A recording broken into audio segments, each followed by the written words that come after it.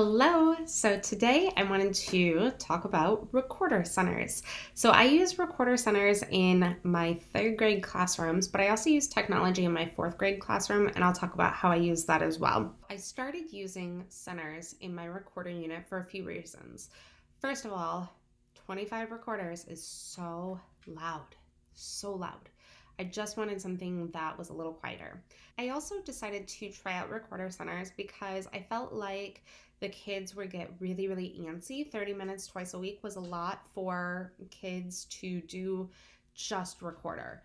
And I also felt like I was having a hard time covering a lot of different theory units that I wanted, like rhythms and note names and measures and how it's all put together, composing, improvising, all of that stuff that I didn't feel like I had time to talk about because by the time they come in and line up and pack up, you've really only got like 25-ish minutes. Plus, then you have practice time, you have time where you're explaining things. I just didn't feel like I had time to do everything I wanted. I also wanted to try it because I wasn't hearing individual kids as often as I would like to. Taking notes on kids, taking anecdotal notes was really tough. So I wanted something where I could meet with a small group and talk to them, but change it up for the kids as well. Luckily, our school is one-on-one technology, so this helps a ton. So I would have five different centers. So center number one would be recorder, just practicing the recorder. And I would list out pages that the kids would go through, and I'd say focus on number 10 because that's what I'm going to listen to here in the next station. So the kids, it was usually about 7-8 minutes, they would practice these pages and learn the new notes and work on their own with their group on these numbers. So station number 2 is kind of the testing station. So originally I had the group come to me and they would sit down and I would go right down the line and listen to them play, give them a little bit of feedback, take some notes, call it a day. It was hard because there were some kids who would take so long that I wouldn't be able to hear everybody, or they would mess up and they'd want to restart. And now we don't get through everybody again because they mess up and they want to restart. But also behavior-wise, I wanted to be able to walk around the room. So I started using Seesaw. So Seesaw is a great student portfolio website. I decided to not let them see each other's posts. So when they test, now when they're playing number 10, they go into kind of a corner of the room, kind of quieter, and they record number 10 into Seesaw, they upload it, I get to watch it in my free time. It's nice because they can restart it if they want, they can redo it, they can hear it back and actually comment on it with something they did well and something that didn't go well, something they'd like to improve on in the future. Seesaw is a really great tool. Again, we're one-to-one, so it was really easy. It does take time though to then listen to it, and I do third and fourth grade at the same time, and that made it really time consuming to listen to all of those videos. But it was nice. I was able to go back and listen to them again and take my notes, and I had the freedom to walk around the room and help kids instead of them coming up to me. I do really like using Seesaw. For recorder karate in fourth grade, I also use Seesaws when they're ready to test for their belt. So during class, they test and practice, and then after class, I watch the videos and comment whether they got their belt or not, and then I give them their belt that they earned the next class. And then if I comment, they can test at home. So it is really nice. It's great technology if you have it available. So anyways, back to recorder stations. That's station number 2. Station number 3 is an iPad station. So I like to use this because they've tested, they've been working in their recorder book. I want to give them a little bit of a break so they get to use my school iPad. A couple of my favorite apps are Flashnote Derby and Rhythm Swing. Both of these are paid apps, but I paid for it once. It was like, I don't know, $3 or $4 per app. I use it for a lot of classes, so it was totally worth it.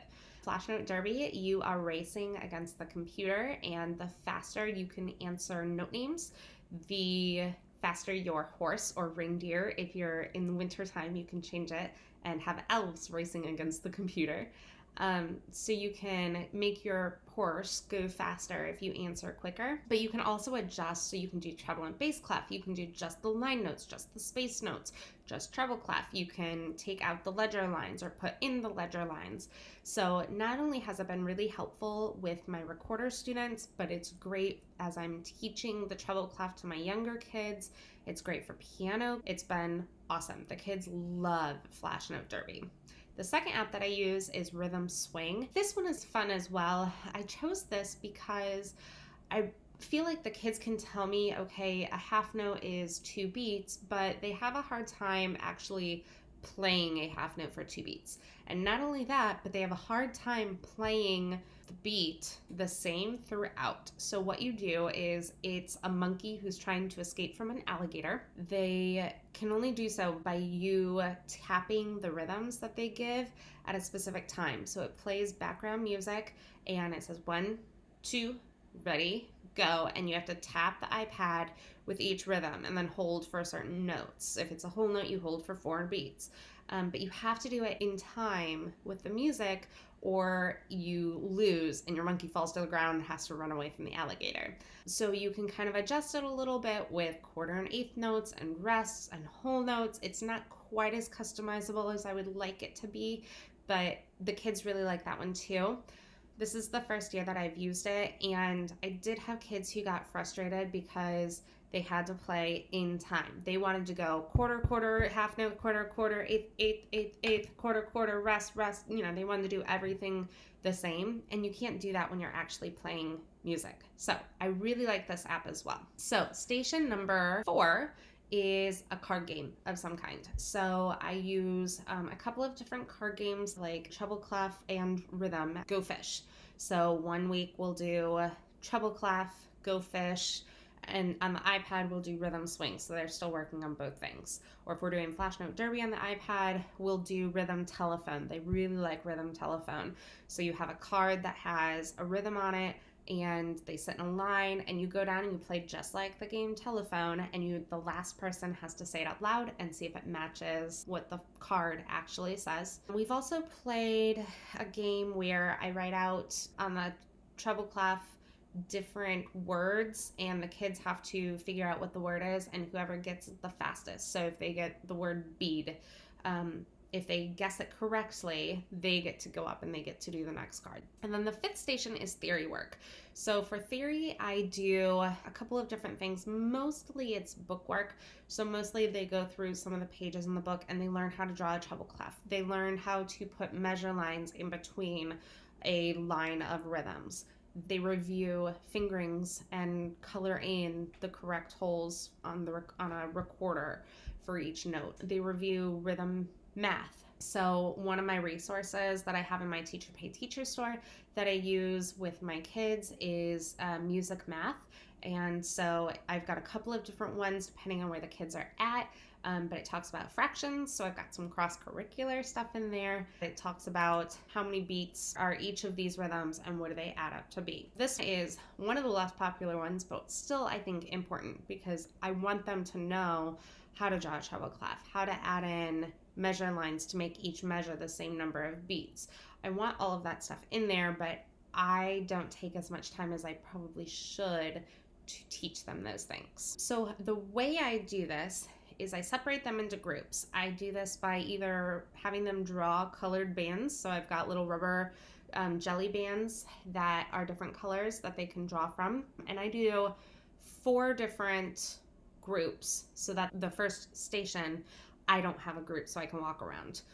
So you can either have them draw the jelly bands, which they like, or you can do it based on behavior. I would adjust the groups based on behavior, but I didn't really have to do that because they drew the jelly bands, and most of my kids that would gravitate toward each other or maybe not work the best together didn't get in the same group by chance. So it worked out well. So after they've got their groups, I type out the directions on just a Word document, PowerPoint, and it's got every single station and what the directions are for that station. It shows them what numbers they should be working on. It's going to show what number they're testing.